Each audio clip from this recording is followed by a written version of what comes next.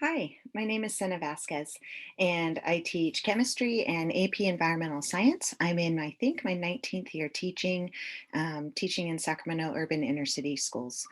I've also taught biology and physics, as well as some math classes, and have been a partner teacher with freshman English. So I've kind of taught it all, but I was asked to give you some suggestions on action research. And so I have lots of ideas, but one of the things that's really important is developing that question. Make sure it's not yes or no. And then don't be afraid once you start gathering data to tweak and change your question.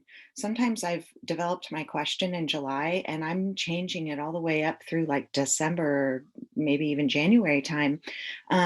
So that question can evolve and change, and it often does once you start getting data and you realize, wait a minute, that's not really what I'm researching. I'm researching something else. So feel a little bit liberated that that is part of the process, although it's unnerving as well.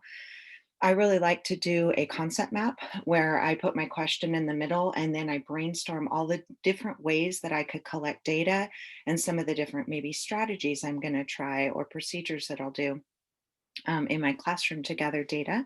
But you do want to narrow it down to the rule of three. So, triangulation for research is really important to have three concrete sets of data.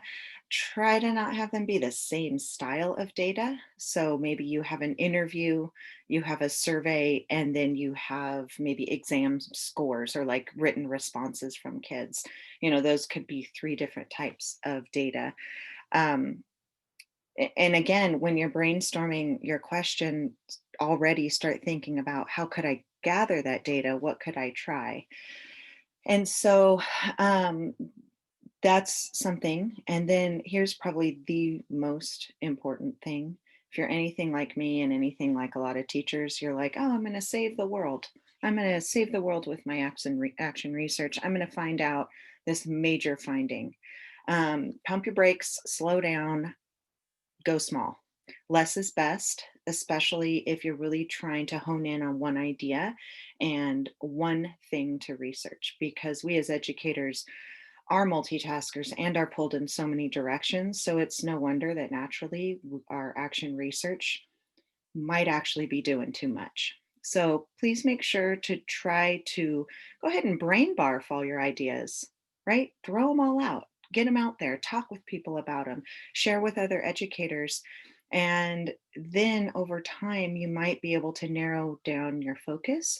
So then that way it is an actual reasonable thing to research, because a lot of times we do unreasonable things or put ourselves up to unreasonable things. So I think that is my biggest suggestion for action research.